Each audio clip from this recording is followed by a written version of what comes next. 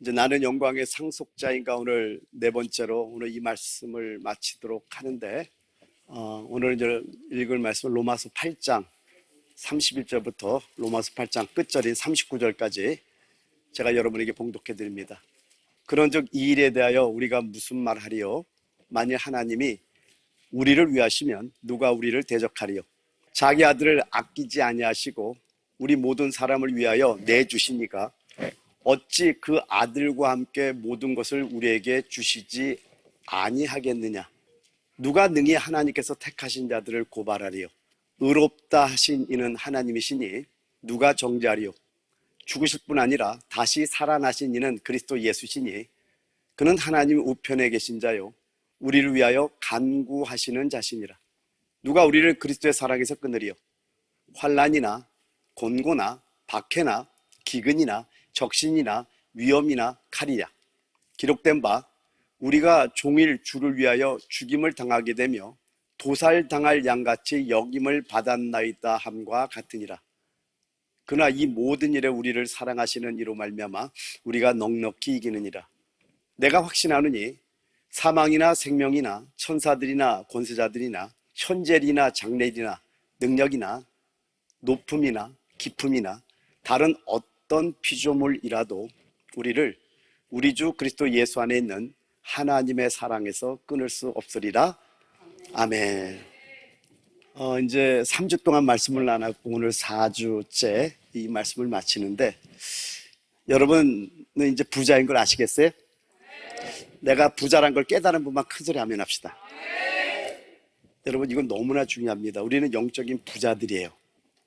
그러면 여러분 이제 영광의 상속자임을 이제 여러분 알고 있으시죠? 그러면 이제 이것까지도 알겠네요. 왜 고난을 하나님께서 주시는지도 이제 알고 있습니까? 그러면 이 설교를 제대로 여러분 먹은 겁니다. 네, 로마서 8장 28절에 말씀하기를요.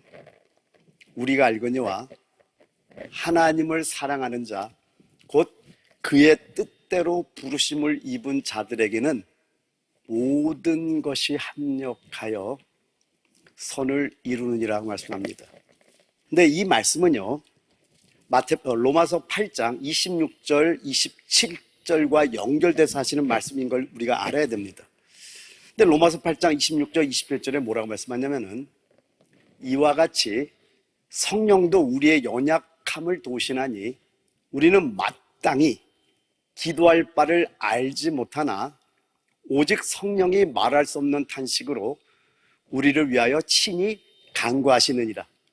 마음을 살피시는 이가 성령의 생각을 아시나니 이는 성령이 하나님의 뜻대로 성도를 위하여 간구하시느니라.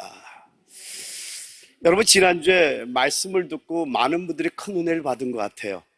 이제 우리 워싱턴 베다니 교회에 와서 부르짖는 기도를 처음 배운 분들이 꽤 많이 있고요. 그리고 저는 하나님의 명령이 내려오면은요, 저는 사람의 눈치를 보지 않습니다. 사람을 무시한다는 의미가 아니라 하나님의 명령은 영생과도 같기 때문에 그 명령에는 저는 순종해서 일을 한다라는 거예요. 근데 주님께서는 마지막 때 진정한 기도가 부르짖는 기도를 아시는 하나님께서 우리가 부르짖는 기도를 통해서 우리의 영을 깨우기를 원하는 게 아버지의 마음인 거예요. 그러니까 참 여러분들이 이제 한 가지 알아야 되는 게 뭐냐면은 목사님이 부르짖으라 하니까 따라서 순종하는 여러분이 참 축복입니다. 부르짖었는데 여러분은 목적 없이 부르짖었지만은 우리 안에 계시는 아들의 영 또한 우리가 탄식하며 부르짖을 때 그분도 탄식하며 부르짖는다라는 거. 그리고 로마서 8장 15절 통해서 갈라디아 4장 6절 통해서 우리도 가죠. 소리를 내 크게 부르짖을 때 우리 안에 있는 아들의 영도 우리와 함께 부르짖어 기도한다고 여러분 이제 아신단 말이에요. 그죠? 근데 우리는 어떤 목적 없이 부르짖는데 하나님의 뜻을 아는 아들의 영이 성령께서는 하나님의 뜻을 알기 때문에 목적을 가지고 부르짖는다라는 겁니다. 근데 정말 여러분이 고통스러울 때는요, 기도도 안 나올 때가 있습니다. 그럴 때는 쥐야 하고 눈물만 흘리는데 그러면 우리는 어떤 기도를 한 것 같지 않잖아요. 근데 그 탄식 속에서 하나님의, 봐봐요. 26절 20절 같이 한번 읽어봐봐. 시작. 이와 같이 성령도 우리의 연약함을 도우시나니 우리는 마땅히 기도할 바를 알지 못하나 오직 성령이 말할 수 없는 탄식으로 우리를 위하여 친히 간구하시라. 이걸 아셔야 돼요. 여러분, 우리는 마땅히 기도할 바를 모른다니까요. 근데 성령은 말할 수 없는 탄식으로 우리를 위하여 친히 간구하는데 27절 마음을 살피시는 이가 성령의 생각을 아시나니 이는 성령이 하나님의 뜻대로 성도를 위하여 간구하심이니라. 우리는 알 바를 알지 못하고 뭘 기도하는지도 못하고 그냥 기도하는 것 같은데 성령은 하나님의 뜻을 아는 거예요. 그런데 이걸 그 당시에 우리에게 가르쳐주지 못하는 것은 그 성령이 우리에게 가르치는데도 그것은 하늘에 속한 언어이기 때문에 너무나 거룩한 언어이기 때문에 아무리 얘기해줘도 못 알아듣는데 그 과정을 거치고서 우리가 영적으로 성장할 때 말을 안 해도 우리가 그걸 깨닫는 언어로 깨달아진다라는 거예요. 그러니까 지나가야 깨닫게 되는 거예요. 저도 이런 과정을 겪을 때는 그냥 쥐하고 할 때는 잘 몰랐어요. 근데 이제 안 거예요. 모를 수밖에 없는 게 그걸 성령께서 나에게 알려줘도 그게 하늘에 속한 언어이기 때문에 아직 육을 갖고 있는 내가 이게 완전히 해결되지 않은 나는 이해를 못하기 때문에 그 과정 속에서 그냥 성령께서 그냥 하나님의 뜻대로 나를 위해서 계속 기도해 줬다는 것을 나중에 알게 됐던 겁니다. 그러고 나서 28절에 다 같이 시작. 우리가 알거니와 하나님을 사랑하는 자 곧 그의 뜻대로 부르심을 입은 자들에게는 모든 것이 합력하여 선을 이루느니라. 아버지 하나님께서는요 성령이 탄식하는 목적을 알기 때문에 모든 것으로 합력하게 한다라는 거예요. 근데 여러분 저 모든 것이라는 단어가 헬라어로 파스라는 단어입니다. 근데 이 뜻은요 모든 것, 모든 사람, 모든 일, 그럼 뭐예요? 여러분의 모든 환경, 모든 상황, 모든 것들을 다 포함하고 있다는 거예요.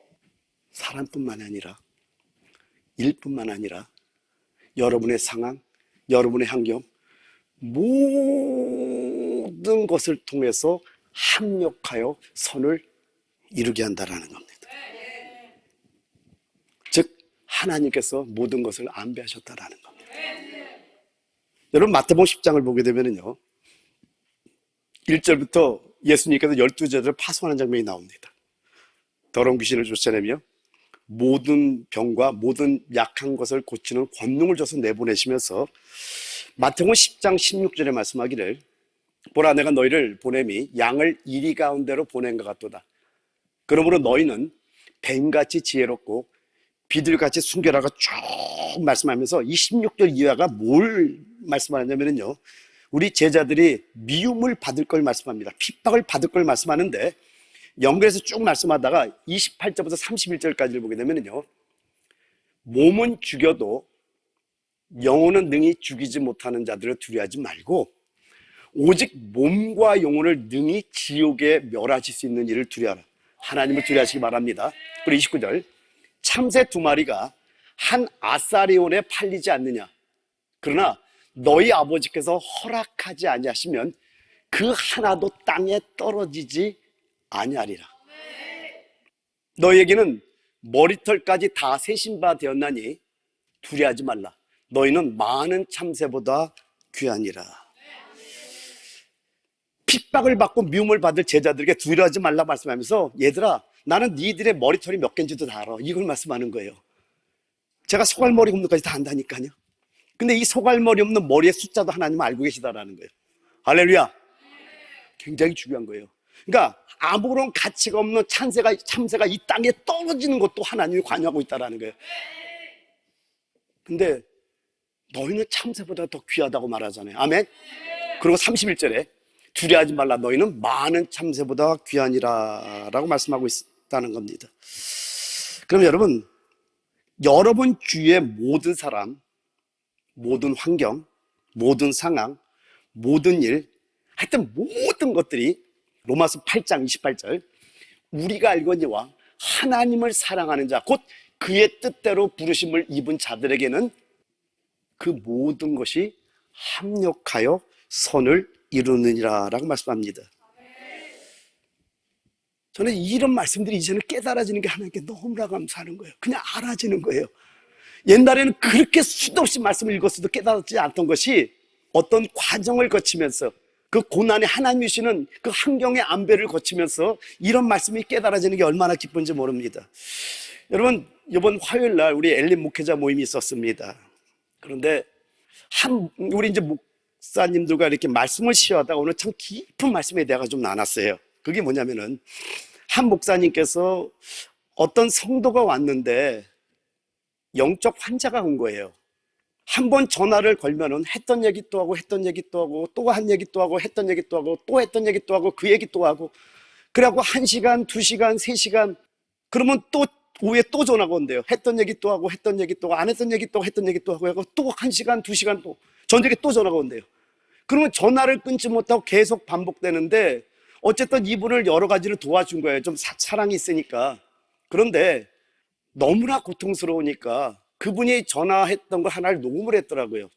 그리고 왜냐면 녹음했던 이유를 아는 게 조금 정신적으로 문제가 있을 수 있어서 나중에 혹시 잘못하면 이분에게 뭔가를 좀 이렇게 좀 공격을 받을 수 있는 그런 느낌도 좀 받으셨던 것 같아요. 사랑으로 하면서도.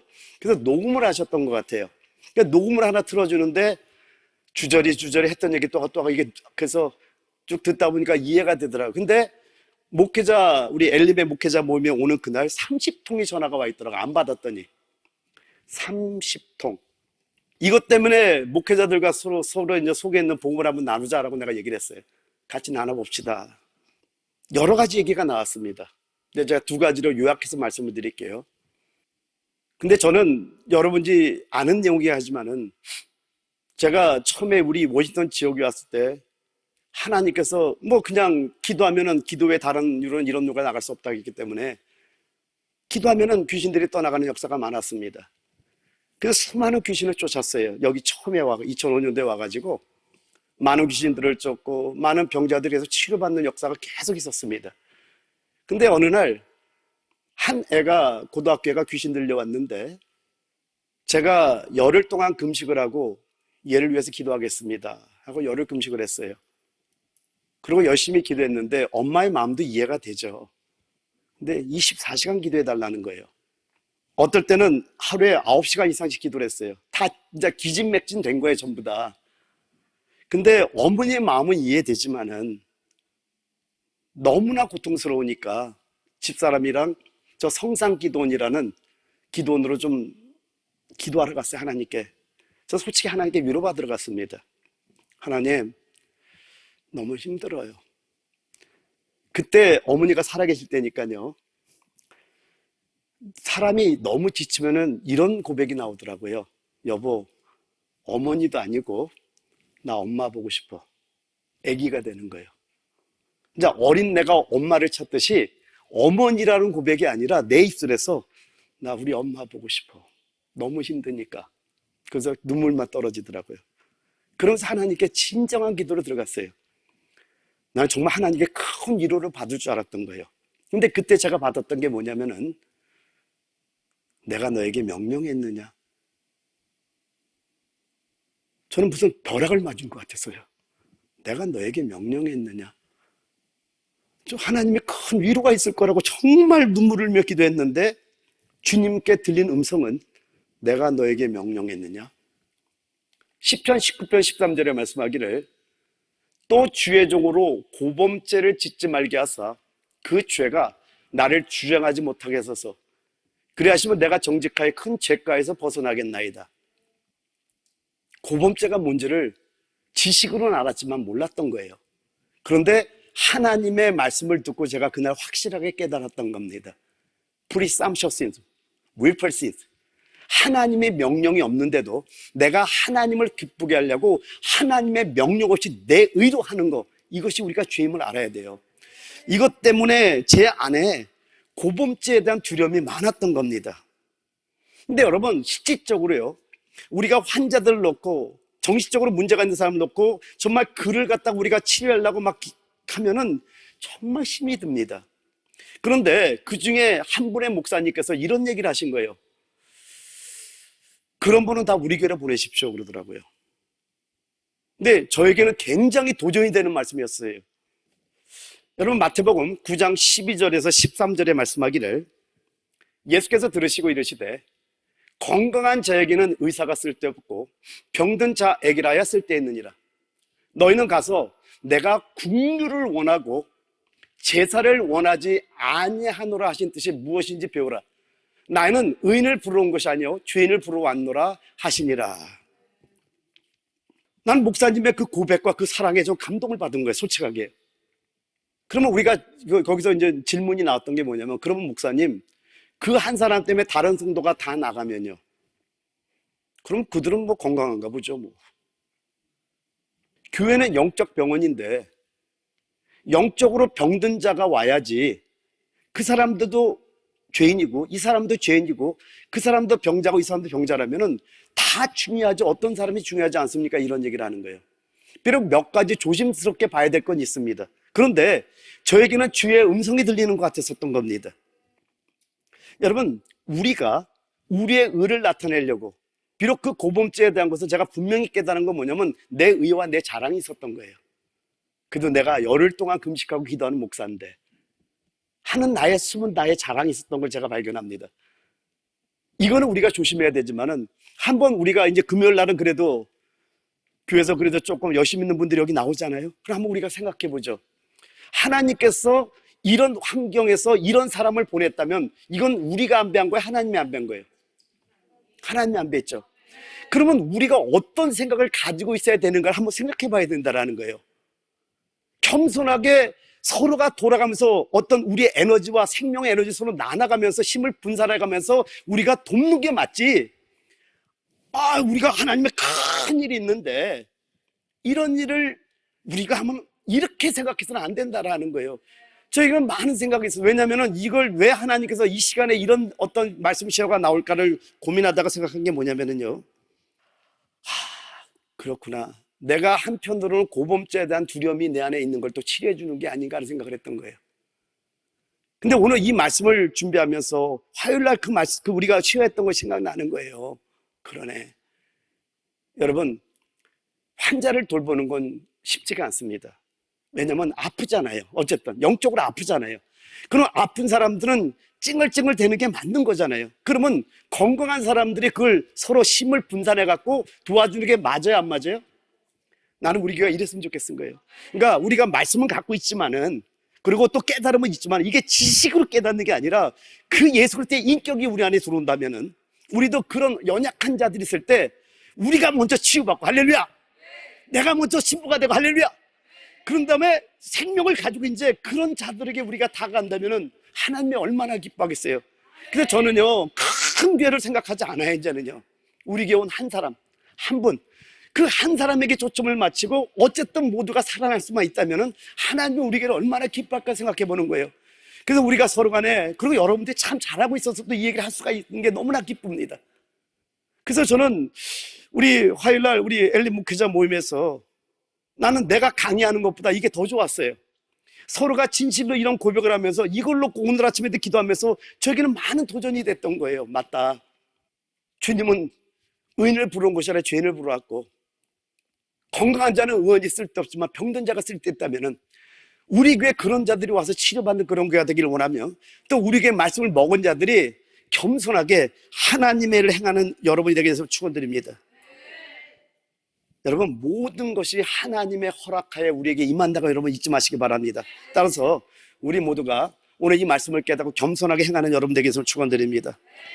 그 로마서 8장 29절에 말씀하기를요, 하나님이 미리 아신 자들로 또한 그 아들의 형상을 본받게 하기 위하여 미리 정하셨으니 이는 그는 많은 형제 중에서 맏아들이 되게 하라 하심이니라라고 말씀합니다. 이걸 세 번역에는 이렇게 번역했더라고요. 하나님께서는 미리 아신 사람들을 택하셔서 자기 아들의 형상과 같은 모습이 되도록 미리 정하셨으니 이것은 그 아들이 많은 형제 가운데서 맏아들이 되게 하시려는 것입니다. 여러분, 우리의 운명은 이미 정해졌습니다. 여러분, 우리의 운명이 뭘까요? 하나님의 아들의 형상을 본받는 거예요. 그게 우리의 운명이라고 지금 알려주고 있는 겁니다. 아멘. 자, 그래서 다시 로마서 8장 28절 다 같이 시작. 우리가 알거니와 하나님을 사랑하는 자, 곧 그의 뜻대로 부르심을 입은 자들에게는 모든 것이 합력하여 선을 이루느니라. 그래서 하나님의 먼저 안배하시는 겁니다. 하나님께서 안배하신 그 안에서 모든 것이 합력하여 선을 이루게 한다라는 겁니다. 그렇다면요, 하나님의 안배 없이는 이루어질 수 있어요, 없어요? 없다라는 겁니다.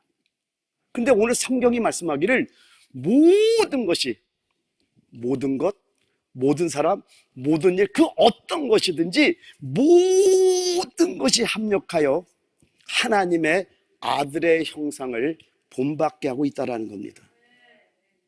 우리가 성장하고 있는 동안에 하나님은 우리의 모양을, 그 아들의 모양을 우리에게 갖춰가고 있다는 겁니다. 오늘 이 말씀이 모든 분들의 위로가 되었으면 하는데요, 여러분이 어떨 때 보면 이해하지 못하는 환경들이 올 때가 있습니다. 여러분이 이해하지 못하는 환경들 또한 모든 것들로 합력하게 하시는 하나님의 안배라는 겁니다. 믿으셔야 됩니다. 믿으셔야 됩니다. 믿으셔야 됩니다. 여러분, 하나님의 큰 그림을 볼 수 있는 영의 눈이 뛰어다 열려야 돼요. 하나님의 큰 그림을 볼 수 영의 눈이 열리면요, 여러분 인생이 정말 행복한 인생이 될 걸 저는 분명히 믿습니다. 할렐루야.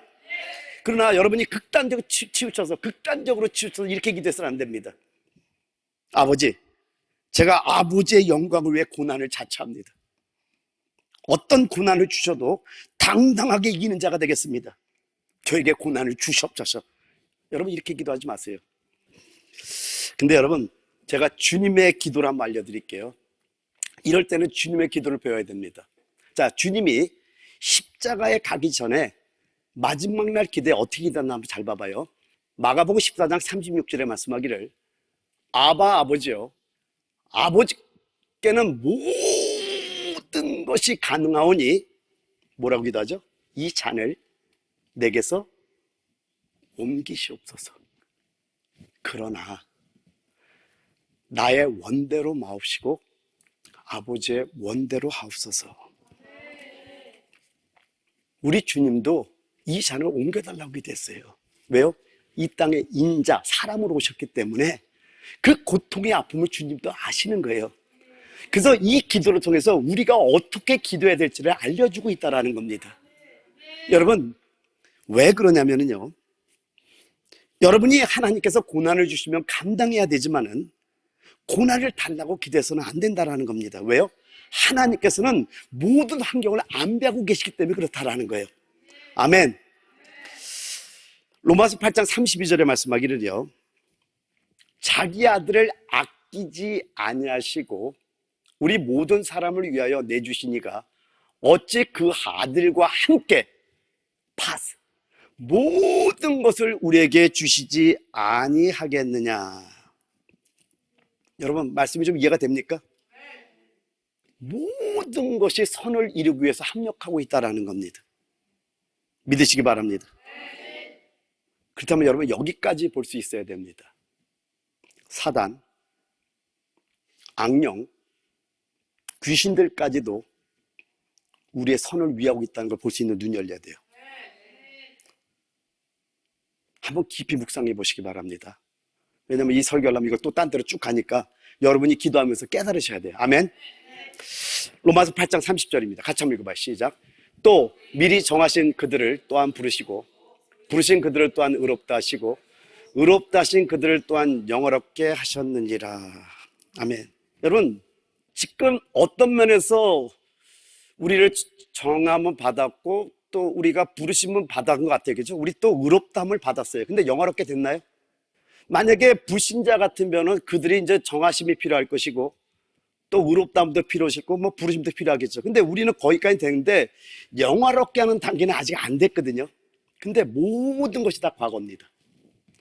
저기 시제가 보면 모든 것이 다 과거 시제에 되어 있다는 거예요. 여러분, 우리가 언제 영화롭게 되죠? 먼저 하나님의 자녀로 우리 영이 거듭나고 우리가 우리 혼안의 변화를 통해서 우리가 하나님의 아들로 변화돼 가고 그리고 우리 몸이 변형될 때, 영화롭게 될 때, 그죠? 그때 영화롭게 되는 거 아니에요, 그죠? 그런데 과거로 돼 있다라는 겁니다. 그럼 언제 영원롭게 되냐라는 거예요. 우리는 이미 영원 전에 영원롭게 됐다라는 겁니다. 그러니까 하나님의 눈에는 모든 것이 이미 이루어져 있다라는 겁니다. 이런 예가 어디냐면 요한계시록 21장 2절을 보게 되면요, 또 내가 보매 거룩한 성 새 예루살렘이 하나님께로부터 하늘에서 내려오니 그 준비한 것이 신부가 남편을 위하여 단장과 같더라. And I saw the holy city. 봤다고 과거로 돼 있잖아요. 여러분, 사도 요한은요 2000년 전에 새 예루살렘이 건축되는 걸 봤어요. 실제로 봤던 겁니다. 근데 제가 이 말씀이 정말 은혜를 받았던 게 언제냐면 신학교 때 우리 신학교 교수가 대학 선배였기 때문에 저를 원어 성경으로 데리고 와서 마태복음부터 요한계시록까지 원어로 같이 이제 우리가 공부를 했습니다. 그때가 제가 제일 익사이팅하게 봤던 성경이 히브리서였었어요. 여러분, 히브리서는 성경에 제일 늦게 들어온 성경이 히브리서입니다. 굉장히 어려운 성경이에요. 근데 요한계시록을 볼 때 요한계시록의 거의 모든 동사들이 과거로 되어 있는 거 보고 제가 그때 엄청난 충격을 받았던 거예요. 아니, 지금 대환란도 오지 않았고 천년왕국도 오지 않았고 영원한 나라도 아직 안 왔는데 모든 게 과거로 되어 있는 걸 보고 이게 뭐지? 하나님의 눈은 다 이루어졌고 사도 요한도 영이 열려서 이걸 보여줬기 때문에 봤다라는 걸 깨닫게 되는 거예요. 할렐루야. 여러분, 참 어렵습니다. 이게 우리가 이제 지식으로 이렇게 들을 때는 뭐 쉬울지 모르겠지만은 이게 좀 쉬운 부분이 아니거든요. 그러나 우리의 운명은요 이미 미리 정해졌다라는 겁니다. 이렇게 얘기를 할게요. 이미 보장됐다라는 거예요. 아멘. 우리의 운명은 하나님에서 이미 보장됐다는 걸 믿으시기 바랍니다.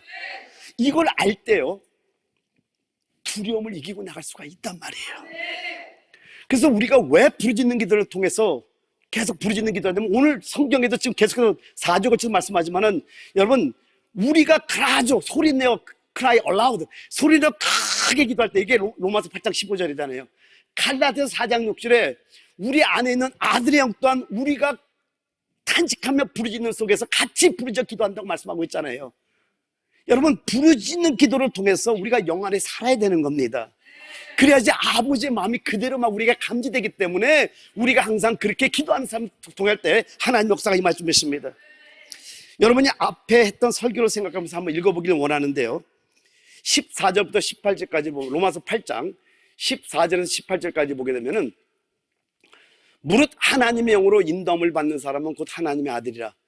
그럼 이제 여러분 머릿속에서는 어떻게 하는 게 하나님의 영으로 인도함 받는지 깨달아지죠? 이게 다 돌아가고 있어야 돼요. 그래야지 말씀이 굉장히 중요한 걸 했던 거기 때문에. 아멘. 여러분, 이게 뭐 신비한 표적 보고 뭐 밖에 뭐 누구 예언 받고 이런 거 아닌 거 아시죠, 여러분? 우리가 생각을 영에 두고 우리 속에 있는 생명의 느낌을 따라가는 것이 하나님의 영의 인도함을 받는 것, 잊으면 안 돼요. 자, 15절. 너희는 다시 무수하는 종의 영을 받지 아니하고 양자의 영을 받았으므로 우리가 아빠 아버지라고 그라죠 부르짖느니라. 성령이 친히 우리 영과 더불어 우리가 하나님의 자녀인 것을 증언하시나니, 자녀임은 또한 상속자 곧 하나님의 상속자요 그리스도와 함께한 상속자니 우리가 그와 함께 영광을 받기 위하여 고난도 함께 받아야 할 것이니라. 생각하건대 현재의 고난은 장차 우리에게 나타날 영광과 비교할 수 없도다. 여러분, 시간 안에 사는 우리의 체험을 보게 되면은요 영원롭게 하심이 장래 일어날 겁니다. 근데 하나님의 눈에는 이미 이루어졌다라는 겁니다. 하나님 안에서는 모든 게 이미 이루어졌다라는 거예요. 왜요? 하나님은 시간에 갇히는 분이 아니기 때문이라는 겁니다. 그래서 여러분이 오늘 밤에 기도할 때요 영원 안의 관점에서 깊이 묵상하면서 깊은 기도를 드리기를 바랍니다. 할렐루야. 그럼 로마서 8장 35절 36절을 보면은요, 자, 이 구절에 어떤 느낌이 드는지 한번 생각하면서 한번 읽어봅시다. 누가 우리를 그리스도의 사랑에서 끊으리요? 환난이나 공고나 박해나 기근이나 적신이나 위험이나 칼이랴.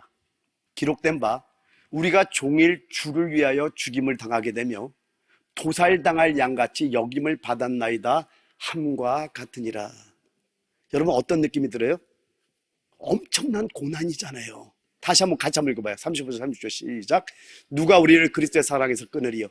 환난이나 공고나 박해나 기근이나 적신이나 위험이나 칼이랴.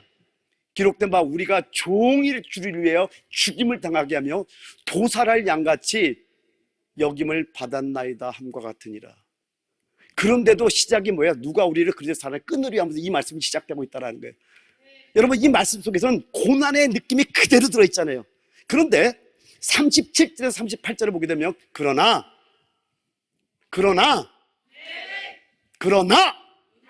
이 모든 일에 앞에 이 모든 일에 우리를 사랑하신 이로 말미암아 우리가 넉넉히 이기느니라.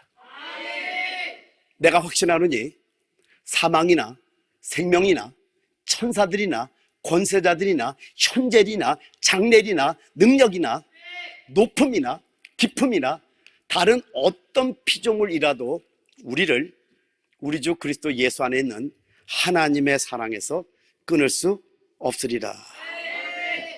그 누구도, 그 무엇도 우리를 그분의 사랑에서 끊을 수 없다라는 겁니다. 여러분, 하나님이 일단 우리를 사랑하시면은요, 영원한 사랑으로 영원히 사랑하시는 걸 믿습니까? 그럼 여러분, 우리를 하나님과 끌을 수 있는 것은 없어요. 있어요, 없어요?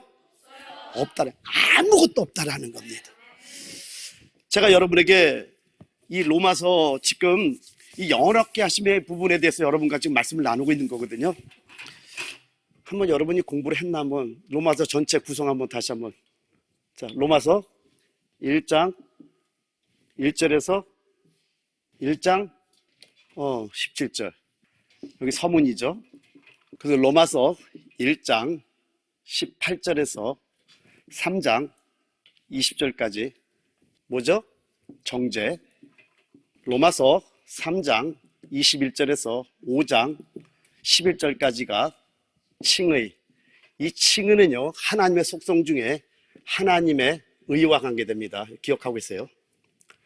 그 다음에 로마서 5장 12절에서 로마서 8장 13절까지는 성화. 이 성화는 하나님의 거룩과 관계됩니다. 하나님의 속성의 거룩과 연결되고요. 또 로마서 8장 14절에서 로마서 8장 39절까지 지금 여기에 대해서 우리가 말씀 나누고 있잖아요. 그죠? 영화롭게 하심. 이것은 하나님의 속성 중 하나님의 영광과 연결됩니다. 그 다음에 로마서 9장부터 11장까지는 뭐에 대해서 말씀하죠? 선택에 대해서 말씀합니다. 그 다음에 로마서 11장 1절, 11장까지 여기 90, 11, 12장에 12장 1절부터 15장 13절까지 변화. 로마서 15장 14절부터 16장 27절까지가 결론이에요. 근데 이 부분 한번 눈여겨봐야 돼요. 따라합니다. 하나님의 의, 하나님의 거룩, 하나님의 영광. 여러분, 바울이 얼마나 지혜롭냐면요, 제가 항상 성경을 볼 때마다 그 성경의 저자가 성령의 감동하심을 입고 하나님께 받아 말한 거잖아요. 그래서 성령이 어떻게 이 저자의 영을 감동했는지를 깊이 묵상을 합니다. 근데 정말 바울은 대단한 사람입니다. 지금 이 순서가 하나님의 세 가지 속성에 따라서 로마서의 세 부분을 구성하고 있다는 겁니다. 하나님의 의, 하나님의 거룩, 하나님의 영광. 그런데 지금 하나님의 사랑에서 어디서 강조하고 말씀하냐면은 이 처음이 아닌 영화롭게 하심의 그 결론 부분에서, 최종적인 부분에서 하나님의 사랑을 말씀하고 있다는 거예요. 그러니까 최종적으로 우리의 보장은요, 하나님의 의, 하나님의 거룩, 하나님의 영광뿐 아니라 하나님의 사랑이라는 겁니다. 하나님의 의는요, 하나님의 방법입니다.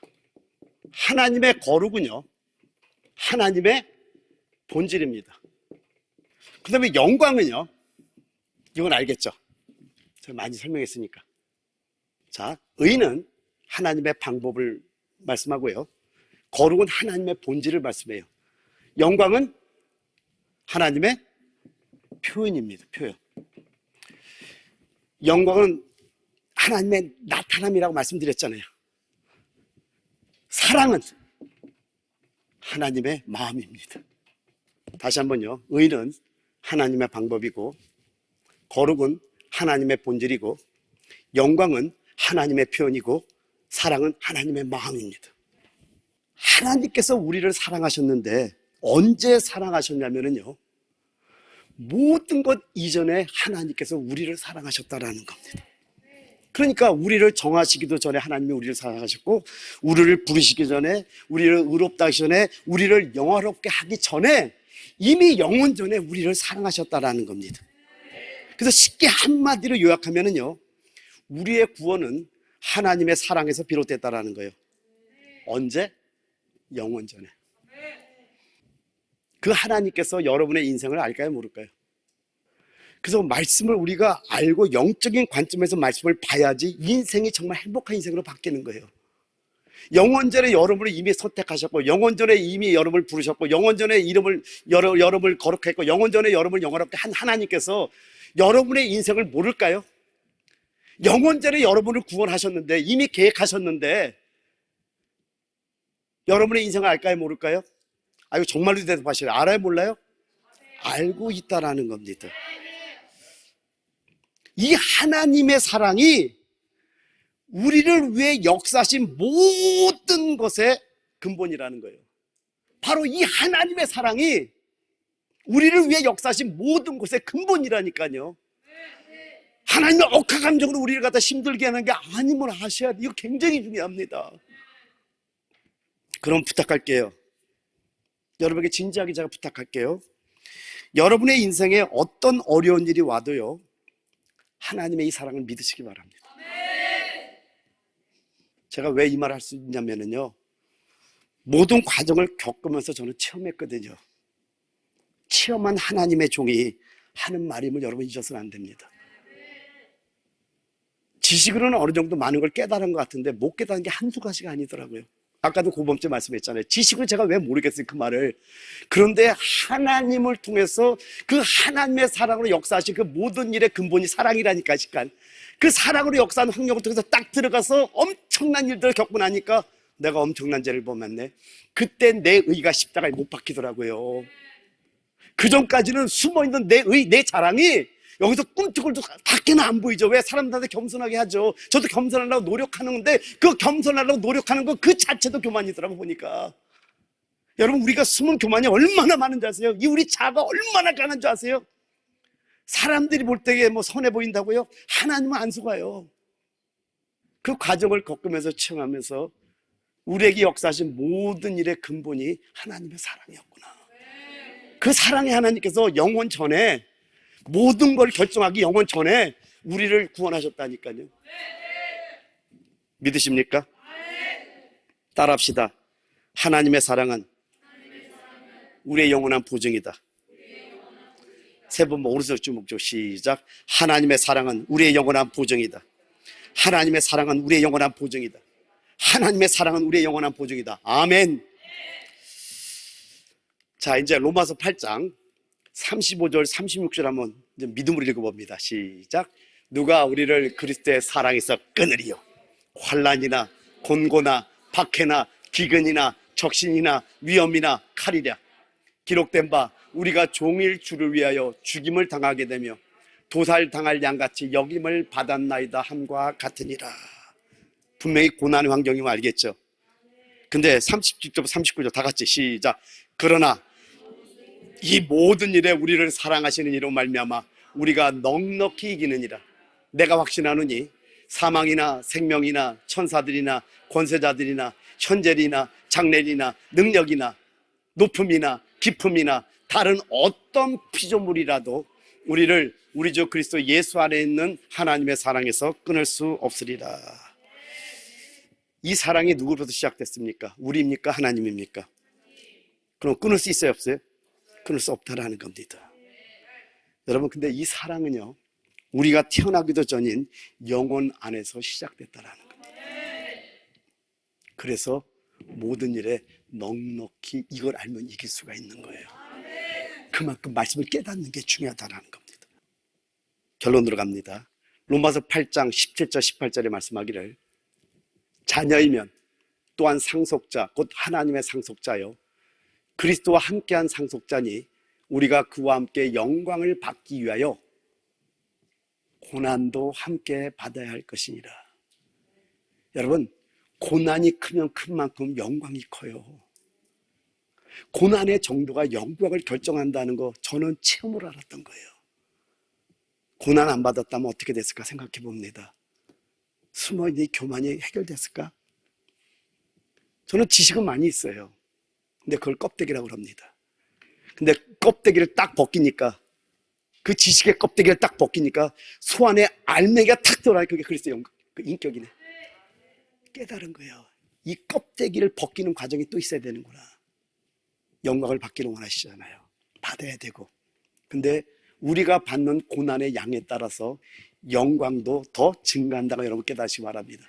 그리고 18절 생각하건대 현재의 고난은 장차 우리에게 나타날 영광과 비교할 수 없도다.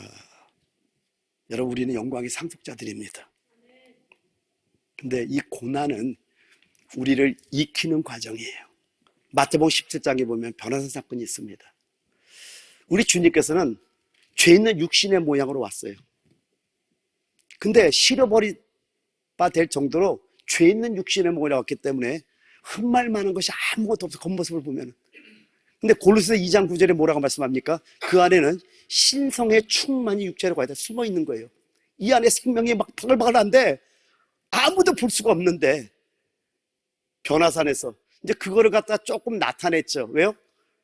앉은 배가 일어나고 소경이 눈을 뜨고 계속 일어나니까 저분이 뭔가 귀한 선지자인 걸 아는데 이 영광이 여기 숨어 있기 때문에 사람들이 보지 못하던 것을 산 정상에서 야고보와 요한과 베드로를 데리고 올라가서 그들 앞에서 이 아포칼립시스 베일을 딱 벗기니까, 껍데기를 딱 벗기자 휘장을 딱 찢으니까 그 안에 영광이 딱 나타나는데 똑같은 원리예요. 우리도 지금 이 죄 있는 육신은 우리도 가려져 있습니다. 근데 우리 속에서 그 생명이 서서히 형상을 이루어가고 있는 과정이 있다라는 거예요. 근데 지난주에 이 장미꽃을 보여줬듯이 장미꽃이 하룻밤 사이에 씨의 단계에서 꽃피는 단계로 성장할 수는 없다라는 겁니다. 여러분, 생명의 성장 없이 하나님의 아들의 형상을 본받음 없이 영원하게 되기를 기대해서는 안 된다라는 거예요. 그래서 하나님께서는 여러분을 이미 영원절의 사랑으로 영원하게 이미 하셨어.